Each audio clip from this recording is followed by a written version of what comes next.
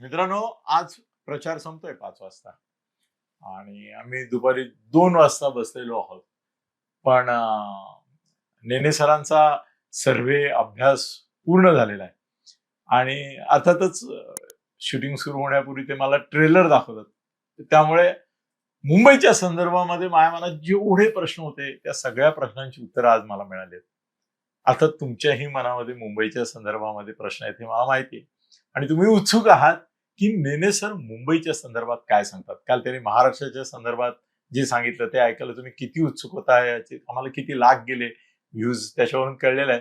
मुंबईच्या संदर्भात सगळेच महाराष्ट्रातील लोक उत्सुक आहे. सर, मुंबई महापालिका निवडणूक, गो अहेड. अनिलजी, आज आपण मुंबई मध्ये जे काय कॅम्पेन आता इतके दिवस 15-20 दिवस झालो त्याचा एक आढावा घेणार आणि एक अंदाज आपण लोकांना देऊ की आपल्या सर्वे म्हणा किंवा ट्रॅकर्सच्या हिशोबाने मुंबईमध्ये आजचं काय चित्र आहे. त्याच्या आधी सुरुवातीला एकदा रिकॅप म्हणतो आपण ज्याला, की एकदा लोकांचं माइंड रिफ्रेश करण्यासाठी सांगणं गरजेचं आहे. म्हणून मी हे सांगतोय की मुंबईमध्ये मित्रांनो 36% मराठी माणसं आहेत. त्यामध्ये 26% मराठी आणि 10% दलित असे मिळून मुंबईची 36% मराठी माणसं मुंबईमध्ये आहेत आता. त्यानंतर 25% उत्तर भारतीय आहेत. 3% राजस्थानी समाजाची माणसं आहेत, ज्यांना आपण मारवाडी पण म्हणतो. 14% गुजराती आहेत. 15 ते 16% मुसलमान आहेत आणि 5% दाक्षिणात्य म्हणजे साऊथ इंडियन माणसं आहेत. ही मुंबईची एकंदर सोशल जी डेमोग्राफी आहे. एकूण मतदारांची संख्या अशी 99 लाख आहे. ऑलमोस्ट 1 करोडच्या घरामध्ये आहे. 96 ते 99 अशी ती आहे. गेले 15-20 दिवस जो काय मुंबईमध्ये रणधुमाळी चालली आहे, प्रचार चाललाय जोरजोरात, तर त्याचे काय काय मुद्दे होते हे आम्ही थोडेसे संकलित केलेत आणि ते आपल्या पुढे आता आम्ही सांगू इच्छितो. आपण पहिलं टी कंपनीचे मुद्दे घेऊ, म्हणजे उबाठा आणि मनसे जे आहे ते ठाकरे ब्रदर्स म्हणण्यापेक्षा आम्ही त्याला एक टी कंपनी असं नाव दिले. तुम्ही एक वाईट आठवण जागवली. ज्या वेळेला भुजबळ बाहेर पडले तर ते बाळासाहेबांना उद्देशून टी बाळू म्हणायचे. नाही, ते भुजबळांचं जे होतं ना, तर ते त्यांची थोडस आउट ऑफ डिरोगेटरी असं होतं. नाही, मी हे टी कंपनी का म्हणतो, ठाकरे कंपनी, तर टी कंपनी आपण in fact I am trying to popularise किंवा एक ब्रँड निर्माण करू इच्छितो टी कंपनी नावाचा मी ह्याच्यामध्ये. तर त्यांचे जे काय मुद्दे आतापर्यंत होते ती नेहमीची जुनी टेप त्यांनी साफ सफाई करून त्याला थोडंसं वेगळं म्युझिक लावून पेश केली. नेहमीचाच मराठी माणूस मराठी विरुद्ध नॉन मराठी, नंतर मुंबई महाराष्ट्रापासून तोडणार आणि ती कशी तोडणार ह्याचा एक कल्पनाविलास राज ठाकरे आणि उद्धव ठाकरे प्रत्येक वेळेला करायचे. खास करून राज ठाकरेंना वाढवण बंदर जे पालघरला बांधतायत, तर ते पण पालघर हे गुजरातच्या जवळ आहे आणि शेवटी मुंबई गुजरातमध्ये नेण्याचा हा मोठा डाव आहे असा त्यांना जावई शोध झाला तिकडे. उद्धव ठाकरे आपलं नेहमीच त्यांचं एक सगळ्यात उद्धव ठाकरे नाही, रडगाणं नाही. मला एक त्यांचं काय आवडतं की तुम्ही ते भाषण ऐकलं नाही ऐकलं, तुम्ही ते लिहू शकता की विंचू, खेकडे, काय कोयता, खंजीर, कोथळा असे सगळे शब्द टाकलेले असतात. मित्रांनो, एक महत्वाची गोष्ट तुम्हाला सांगायची. मी संजयला बजावलं होतं की त्या उद्धवला सांग की तू प्रत्येक सभेमध्ये आम्ही मर्द आहोत आणि दुसरे मर्द नाही, तू मर्द शब्द उद्धवच्या तोंडातून आला की लोक हसतात. त्याला सांग तो मर्द शब्दाने उच्चारायचा. आणि त्यानंतर सर खरंच उद्धवने मर्द शब्द वापरणं बंद केलं. थँक्स उद्धव की आमच्या सूचना. आणखीन सर दुसरं आता तुमच्यामध्ये आता फट सापडले त्यातून शिकतो की सगळ्या बहुतेक मीडियानी, चॅनलनी आणि यांनी उद्धव आणि राजच्या सभेनंतर शिवती इथं वाटल्या असं वातावरण निर्माण केलं की आता विषय संपला, एकतर्फी झाली.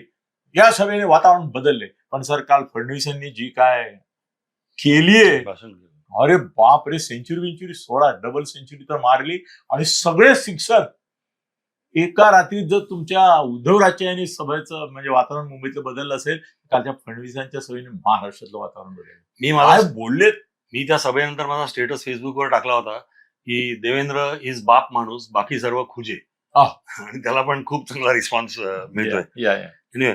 तिसरा जो मुद्दा त्यांनी जो टी कंपनीने जो सतत उडवला ह्याच्यामध्ये की मुंबई अडाणीनं विकली आहे, धारावी अदानीनं विकली आहे. त्यात राज ठाकरेंना आणखीन एक जावई शोध झाला की अडाणींनी जो एअरपोर्ट बांधलाय नव्या मुंबईला, म्हणजे जो तिसरा एअरपोर्ट आपण मुंबईचा म्हणू, त्यानंतर आता T1 टर्मिनल आहे ते बंद झालंय आणि यांनी सांगितलं की T1 आता बंद झालंय, T2 बंद होणार आहे आणि T1 आणि T2 मिळून काय 15 का 16 शिवाजी पार्क होतील, इतकं मोठी ती जागा आहे आणि ती जागा ती बिल्डरला देणार आहे, म्हणून त्यांनी तो शोध लावलाय. कारण की त्यांना भविष्य दिसतं बहुतेक, त्यामुळे त्यांनी ते भविष्यातलं आता सांगितलंय. दुर्दैवाने भविष्यात आपलं आणि आपल्या पक्षाचं काय होणार आहे त्यांना दिसत नाही, त्यामुळे मग ते वेगळ्या वेगळ्या आघाड्या करून कसं तरी काय म्हणतो त्याला आपण, पत्त्यांचा तो डाव मांडण्याचा प्रयत्न करत असतात. आता आपण येऊ भारतीय जनता पार्टी शिवसेना युती, महायुतीचा जो अजेंडा होता तो काय होता किंवा त्यांचा जे मुद्दे त्यांचे काय काय होते, तर त्यांनी प्रामुख्याने विकासाच्या मुद्द्यावरती लक्ष केंद्रित केलं. त्यांना सांगायच्या पण अनेक गोष्टी होत्या. कोस्टल रोड बांधला, तो ॲक्वालाईन मेट्रो जी गोरेगाव पासून ह्याच्या कुलाब्यापर्यंत सुरू झाली ती पूर्णच्या पूर्ण लाईन, आणि त्याचा दैनंदिन जीवनावरती लोकांना झालेला उपयोग, प्रवास सुखकार्य जो झालाय तो. आणि इव्हन तुम्ही आता एक विषय घेतला म्हणता, सॉरी अगदी 30 सेकंदाचे ब्रेक घेतो मी सर. टीव्हीवर सगळ्यात उत्कृष्ट जाहिराती बीजेपीच्या आहेत. टीव्हीवर ज्या जाहिराती लागत आहेत त्यात अप्रतिम जाहिराती आहेत. एकनाथ शिंदेच्याही तोडीस तोड आहेत आणि त्याच्या उलट मनसेची तर जाहिरातच नाही, पण उबाटाच्या आणि याच्या एकदम पुढचट आहेत. अजितदादांचे पण काही फार नाही काय, ते तर शेवटी हास्यास्पद वाटतं, आला म्हणून दोन पेतात. अजितदादा तर फिजल आउटच आहेत त्यांच्या जाहिराती, पण भाजपच्या जाहिराती अशा काळजाला भिडणाऱ्या आहेत आणि जे बेनिफिट दिले त्यांनी ना त्याच्यावर फोकस करणार आहे. कारण की त्यांच्याकडे कॉन्क्रीट दाखवायला काहीतरी काम खूप आहे. आता काय झालंय, एअरपोर्ट जो त्यांनी नव्या मुंबईचा बांधला किंवा अटल सेतू बांधला किंवा वाढवणला आता ज्यांनी जे काम सुरू झालंय वाढवण बंदर तयार करण्याच्या दृष्टीने, आता ह्याचा जेव्हा लोकांवरती काय म्हणतो सकारात्मक परिणाम होतो हे जेव्हा लक्षात आलं, त्यावेळेला उद्धव ठाकरे किंवा उभाटाच्या लोकांनी किंवा नेत्यांनी, खास करून आदित्य ठाकरेंनी थोडा ट्रॅक बदलला आणि मग ते सांगायला लागले कोस्टल रोड आम्हीच सुरू केला होता, मेट्रो आम्हीच सुरू केली होती, एअरपोर्टचं काम आम्हीच सुरू केलं होतं. आता ते तसं काहीतरी सांगण्याचा प्रयत्न करतायत, ज्या गोष्टी खपतायत त्याच्यात आम्ही, त्यामध्ये आम्ही पण होतो असं. काँग्रेस ऍब्सोल्युटली लॉस्ट, म्हणजे त्यांना हे कुठे दिसलेच नाहीत ह्या अख्ख्या कॅम्पेन मध्ये काँग्रेसचं कुठे गाव पातळीवर कुठे गल्ली बोळात आहेत ते. म्हणजे 29 महापालिकांमध्ये जर कुठला पक्ष मिसिंग असेल तर तो काँग्रेस आहे, ज्याच्याबद्दल आम्हाला आशा होती की काही ना काही प्रमाणामध्ये ते दिसतील. विधानसभेमध्ये असो लोकसभेमध्ये काहीतरी होतं, पण अक्षर नॉन एक्झिस्टंट पक्ष झाला सर. आता हे प्रमुख मुद्दे होते. आता आपण काही टिटबिट्स म्हणतात, म्हणजे ज्या गोष्टी नॉर्मल याच्यामध्ये लोकांच्या नजरेत येत नाहीत, पण एकंदर वातावरण निर्मितीसाठी, लोकांना आपला मानस बनवण्यासाठी आणि अल्टिमेट रिझल्ट ज्या इफेक्ट करू शकतात, अशा ज्या काही गोष्टी आहेत त्या मी तुम्हाला पटकन सांगणार आहे. त्या म्हणजे मुंबईमध्ये मतदारांमध्ये कायम एक प्रकारची उदासीनता दिसून आलेली आहे. महापालिका निवडणुकीच्या वेळेला 2017 साली जेव्हा निवडणूक झाली तेव्हा पण केवळ 55% लोकांनी मतदान केलं होतं. तर माझं तुम्हाला सगळ्यांना अपील, एक आवाहन राहील की यावेळेला असं होऊन देऊ नका. मोठ्या संख्येने बाहेर या, मतदान करा. मतदान हा आपला हक्क आहे आणि लोकशाही शाबूत राहिली पाहिजे किंवा वाढली पाहिजे, किंवा लोकशाहीचे फायदे जर का आणि चांगलं सरकार मिळावं यासाठी मतदान करणं गरजेचं आहे. यावेळेला चुकू नका, मतदान करा. नाही, ऐका ना, एक पेपर वाचताना मला सकाळी इंग्रजी वर्तमानपत्रात एक चांगली चौकट त्यांनी सांगितलं की मुंबईचं प्रेडिक्शन करताना केवळ तुम्ही ह्या आकडेवाऱ्या, लोकसंख्या कोणाची किती आहे, जात, धर्म, भाषा वगैरे करताय, पण मतदान किती टक्के होतं ह्याच्यावर निकाल बदलू शकतो. सांगणार बरोबर आहे. मतदान किती टक्के होतं मित्रांनो, त्यांच्या म्हणण्यानुसार 55% मतदान पासून पुढे झालेलं मतदान हे भाजपला फायदेशीर पडेल आणि 45% कमी झालेलं मतदान हे ठाकरेंना फायदेशीर पडेल, असा त्या वर्तमानपत्राचा निष्कर्ष आहे. सर, आता हे जे मतदान उदासीनता का दिसून येते, तर एक सर्वे एका कंपनीने घेतला होता मुंबईकरांमध्ये, आणि त्यांनी मुंबईकरांना विचारलं की वेगवेगळ्या क्षेत्रात जाऊन की तुम्हाला तुमच्या एरियाचा नगरसेवक कोण आहे याचं नाव सांगा. 60% लोकांना आपल्या नगरसेवकाचं नावही माहित नव्हतं मुंबईमध्ये. सर 60% 60% म्हणजे सुद्धा मला तर 90% लोकांना माहित नसेल असं वाटतं. त्यानंतर 65% मुंबईकरांनी असं सांगितलं की गेल्या 10 वर्षामध्ये आम्ही आमच्या नगरसेवकाकडे कुठच्याही कामासाठी एकदाही गेलेलो नाही. त्याचं ऑफिस कुठे तेही आम्हाला माहित नाही. तर म्हणजे काय की 60 आणि 65% लोकांना जर का नगरसेवकाची गरज वाटत नसेल तर मग ते त्यांना स्वाभाविकपणे ते म्हणतील की मतदानाला गेलो काय नाही गेलो काय आम्हाला काही फरक नाही पडत आहे. कोण नगरसेवक कोण नगरसेवक त्याचा काय उपयोग आहे आपल्याला, अशा यांनी ते उदासीनता आहे. पण ती उदासीनता यावेळेला बदला नक्की. आता तुम्हाला 2024 म्हणजे लेटेस्ट इलेक्शन झाली याची असेंब्लीची, तर त्याच्यामधलं जे मतदान झालेलं होतं तुम्हाला माहितीये की महाराष्ट्राने एका पद्धतीने मतदान केलं, मुंबईने एका पद्धतीने मतदान केलं. महाराष्ट्रामध्ये 80% मतदान आणि जागा ह्या महायुतीला मिळालेल्या होत्या, 20% विरोधकांना मिळालेल्या. मुंबईमध्ये प्रमाण 60 आणि 40 होतं. म्हणजे महायुतीला 60% मिळाल्या पण विरोधकांना सुद्धा 40% जागा मिळालेल्या होत्या. त्या अनुषंगाने आता ह्या जे हे मी तुम्हाला फिगर सांगणार त्या महत्वाच्या आहेत. महायुतीला विधानसभा निवडणुकीत ऑलमोस्ट 60% महिलांनी मतदान केलं होतं. आता तुम्ही जर का ओव्हरऑल हे बघितलं चित्र तर 60% महिलांचं मतदान आणि महिलांचं टोटल मतदान पुरुषांपेक्षा असेंब्ली इलेक्शनला जास्त होतं. त्यातल्या 60%नी केलं. ऑफकोर्स त्यावेळेला ती लाडकी बहीण योजना होती. सर आज करंटपणा काँग्रेसचा माहिती आहे ना, त्यांच्या लोकांनी कोर्टामध्ये याच्या निवडणूक आयोगाकडून स्टे घेतला. नाहीतर आज प्रत्येकीला 2-2,500 रुपये काहीतरी ते मिळतात बहिणीचे लाडकीचे, ते मिळणार होते. पण काँग्रेसच्या एका माणसाला त्यांनी उभा करून स्टे घेतला निवडणूक आयोगाकडून आणि निवडणूक आयोगाने निवडणूक होईसो ते पैसे द्यायचे नाही असं सांगितलं. म्हणजे वंचित ठेवलं यांना, ते लक्षात ठेवा बहिणींनो. त्यानंतर 58% मराठी माणसांनी महायुतीला मतदान केलं होतं. आपण जे म्हणतो की मराठी माणूस हा ठाकरे कंपनीकडे आहे, तर असेंब्ली इलेक्शननी त्याचं एकदम उलट चित्र दिलं होतं. 58% मराठी माणसांनी महायुतीला मतदान केलं होतं. 57% लोकांनी महायुतीला मतदान केलं होतं. इतर म्हणजे मराठेतर असे जे लोक होते 57% लोकांनी महायुतीला मतदान केलं होतं. आणि थोडा आश्चर्याचा धक्का बसेल आणि काँग्रेस किंवा उभाठांना झटका बसेल, असेंब्ली इलेक्शनला 22% मुसलमानांनी महायुतीला मतदान केलं. त्यामुळे महायुतीला किंवा बीजेपीला हे मतदान करणारच नाहीत, त्याला यांनी छेद दिला. अक्षरशः 22% म्हणजे तशी ह्यांच्या समोर छोटी फिगर असली तरी पण एक त्यांना चिंचू प्रवेश म्हणतो तो मिळालेला आहे. आता आपण वयोमानाच्या ह्याच्यात जर का बघायचं झालं तर महायुतीची ताकद ही जास्ती करून 40+ वयाचे जे उमेदवार आहेत, माणसं आहेत, मतदार आहेत, तर ती त्यांची ताकद आहे, तो त्यांचा कणा आहे. अशा लोकांनी बीजेपीला आणि शिवसेनेला 55% अशा लोकांनी ह्या लोकांनी मतदान केलं होतं. आणि जर का युथ म्हणजे आपण त्यांना तरुण मतदार जे म्हणतो 18 ते 35, तर त्यातल्या 45% लोकांनी मतदान केलं होतं. आता याच्यामध्ये कारण पण मी तुम्हाला सांगतो की त्या कॅटेगरीतल्या तरुण लोकांना नाही म्हटलं किती तरी पण राज ठाकरेंबद्दल क्रेज आहे आणि त्यामुळे थोडंसं मतदान त्यांचं ते राज ठाकरेंच्याकडे जाऊ शकलं असेल किंवा गेलं असेल. कारण की निवडून कोणी नाही आला तरी थोडी मतं त्यांना जी पडतात त्यांनी केवळ यांची नाही खाल्ली, भाजपची पण मतं खाल्ली. आणि कसं आहे की त्या कॅटेगरीतल्या लोकांची खाल्ली. आता कदाचित असं असेल की माणूस जरा परिपक्व झाला विचाराने की तो मग त्यांना मतदान करत नसेल, पण युथनी त्यांना दिलेलं आहे मतदान.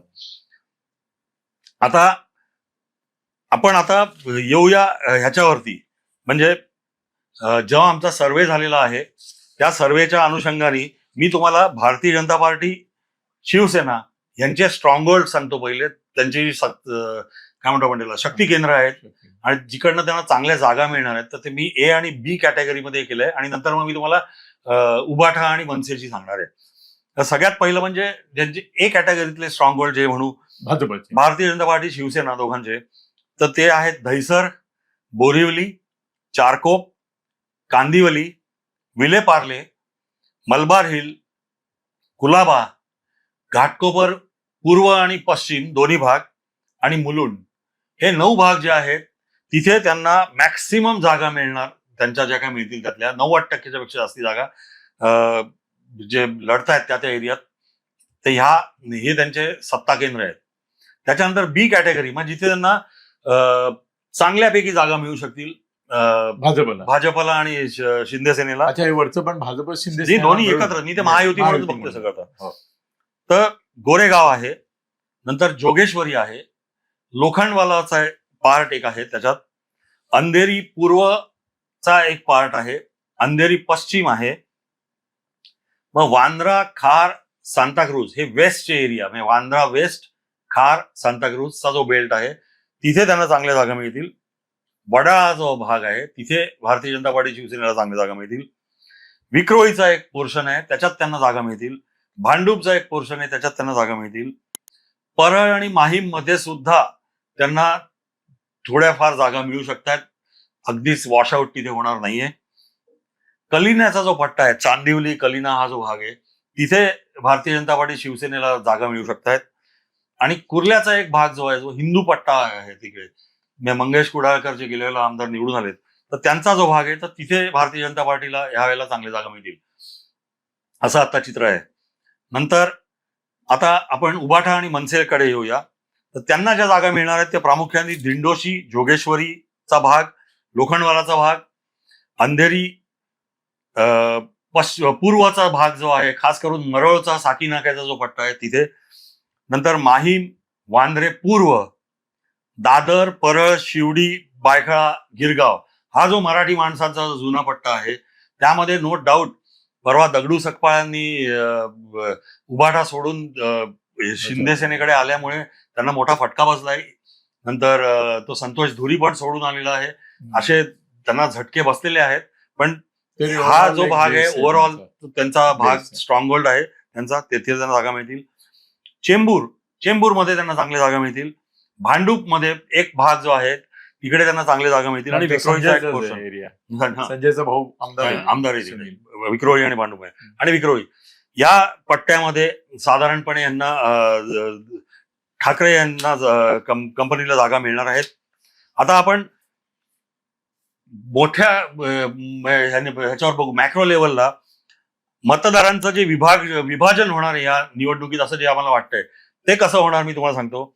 तर मराठी, मी तुम्हाला म्हटल्याप्रमाणे एकंदर 37% मराठी माणसं आहेत, मराठी वोटर आहेत मुंबईमध्ये.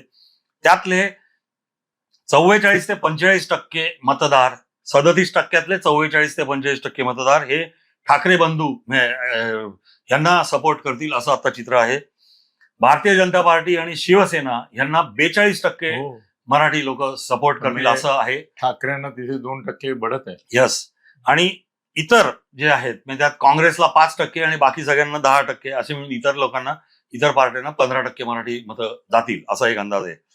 नॉन मराठी जे मतदार आहेत तर आत्ता जे मोठीमध्ये मी तुम्हाला चित्र सांगितलं, जवळजवळ 26% नॉर्थ इंडियन, 2-3% राजस्थानी आणि 14% गुजराती मतदार हे जे आहे तिथे मात्र भारतीय जनता पार्टी आणि शिवसेनेला स्वीप करणार आहेत. ते जवळजवळ 60% मतदान त्यांना या गुजराती नॉन मराठी लोकांकडनं होणार आहे दिसतंय. ठाकरे बंधूंना त्यातनं फक्त 12% पर्यंत मतं पडतील असं दिसतंय. काँग्रेसला एक 15% पर्यंत मतं पडतील, ती प्रामुख्याने उत्तर भारतीय लोकांची असतील आणि ख्रिश्चन लोकांची, मुसलमान आणि अदर्स जे आहेत त्यांना, मुसलमानचं वेगळं करलंय म्हणून अदर्स जे आहेत इतर लोक, इतर त्यात नॉन महाराष्ट्रीयन लोक, त्यांना 11 ते 13% मतं ही अदर्सना जातील असं आता एक चित्र आहे. आता मुस्लिम मतदार जे आहेत 15 ते 16% मुसलमान मतदार आहेत मुंबईमध्ये. त्यात Congress is making a comeback. 40% मुसलमान मतदार हे काँग्रेसला मतदान करणार त्यांनी असं आम्हाला सर्व्हेमध्ये सांगितलं. जे गेल्या वेळेला त्यांनी उबाठाला केलेलं होतं, महाविकास आघाडीला केलेलं होतं, पण आता काँग्रेसला 40% लोक मतदान करतील. ठाकरे बंधूंना 28% मतदान होईल, ते पण चांगलं आहे मुसलमानांचं, पण ते आहे. भारतीय जनता पार्टी आणि शिवसेनेला 10% पर्यंत मतदान होईल असं अंदाज आहे. मुस्लिम मत हा काँग्रेस आणि उबाठामध्ये बेस आहे, होतोय. आता टोटल जे व्होटिंग होईल त्यातलं कोणाला, कुठच्या पार्टीला किती पर्सेंटेज व्होट होईल हे जर का थोडक्यात सांगायचं झालं तर भारतीय जनता पार्टी आणि शिवसेना युतीला 45 ते 47% मतदान होईल असा अंदाज आहे. उबाठा ठाकरे बंधूंना 25% पर्यंत मतदान होईल असा अंदाज आहे आणि काँग्रेसला 18 ते 19% मतदान होईल असा अंदाज आहे. आता आपण शेवटच्या सेगमेंटमध्ये येऊया, कारण की वेळ संपत आलेली आहे. जागांवरती कोणाला किती जागा मिळतील हे जर का तुम्हाला सांगायचं झालं तर सर आमचा अंदाज होता. शांतपणे सांगा, आपण ब्रेक घेऊन परत कंटिन्यू करू. आता मी तुम्हाला काँग्रेसला कमबॅक होईल असं का सांगत होतो, तर उबाठाला लोकसभेच्या वेळेला महाविकास आघाडीला 72% मुसलमानांनी मतं टाकली होती आणि ती केवळ केवळ केवळ काँग्रेस आणि उबाठा यांची युती झाली होती आणि काँग्रेसनी उबाठाला आपला लीडर म्हणजे त्या महाविकास आघाडीचा लीडर म्हणून प्रोजेक्ट केला असल्यामुळे ते उबाठाकडे गेले होते. आता काय झालंय, ह्या इलेक्शनमध्ये आपण पर्सेंटेजेस वगैरे सगळं आता बोलत असताना उबाठाला त्यांची स्वतःची घोडचूक निकालानंतर लक्षात येईल असं माझं एक स्पष्ट मत आहे. मी जे म्हणतो की गरज नसलेला फालतू काय कारणांनी मला माहित नाही, पण गरज नसण्या इतका मोठा इगो या दोन बंधूंना आहे. उद्धव ठाकरेंना पण आहे आणि राज ठाकरेंना पण आहे. आणि राजकारणामध्ये प्रत्येक वेळेला याचा फॅट इगो घेऊन तुम्ही जात असाल तर नुकसान तुमचं समोरच्याचं काहीच होत नाही. जेव्हा बोलणी चालली होती जागा वाटपाची ह्याच्या वेळेला, त्याला उद्धव ठाकरेंनी काँग्रेसकडे काही लक्षच दिलं नाही. त्यांचं आपलं दोन बंधू एकत्र आले म्हणून त्यांचं जे तुमचं आमचं प्रेम वगैरे हे चालू होतं प्रेम प्रकरण. काँग्रेस त्यांना सारखी सांगत होती की मनसेला तुम्ही बरोबर घेऊ नका, किंवा घेतलं तर काहीतरी टेक्निकॅलिटी अशी करा की आपल्या दोघांमध्ये अंडरस्टँडिंग करू जागा वाटपाचं आणि तुमच्या जागातनं तुम्ही मनसेला द्या, म्हणजे इनडायरेक्टली तुम्ही मनसेला त्या जागा तुमच्या कोट्यातनं द्या. मनसे ऑफिशियली आपल्या पार्टनर नको, कारण की नाहीतर मग मुसलमान मतदारांवरती याचा परिणाम होईल. उद्धवनी ते काय ऐकलं नाही. त्यांनी सांगितलं की काँग्रेसला जे करायचं ते करून दे, त्यांना एकटं जायचं तर एकटं जाऊन दे. आणि शेवटी काँग्रेसनी ती भूमिका घेतली की आम्ही एकटे जातो आणि मनसे त्यांच्या सोबत गेली तर आम्ही त्यांच्याबरोबर जाणार नाही. आता तुम्हाला एक गंमत सांगतो, जर का आपण आधीची निवडणूक बघितली, मी तुम्हाला म्हटलं महाराष्ट्रामध्ये चित्र वेगळं होतं, मुंबईमध्ये चित्र वेगळं होतं. उबाठाला ऑफिशियली महाराष्ट्रामध्ये 12% मतं पडली होती असेंब्ली इलेक्शनच्या वेळेला, पण मुंबईमध्ये 23% मतदान होतं उबाठाला. आणि मनसेला अख्ख्या महाराष्ट्रामध्ये मिळून 1.5% मतदान झालेलं, पण मुंबईमध्ये 7% मतदान होतं त्यांना. काँग्रेसला सगळ्या महाराष्ट्र मिळून 13% मतदान झालेलं, 13 का 14%, पण मुंबईमध्ये त्यांना 17 का 18% मतदान होतं. आता झालंय काय, तुम्ही त्या पिक्चर मधनं काँग्रेसला बाहेर काढलं, म्हणजे तुम्ही 18% लोकांना बाहेर मतदारांना बाजूला केलं, त्याच्या बदली तुम्ही मनसेला रिप्लेस केलं, ते 7% आले. लक्षात येते ना हिशोब.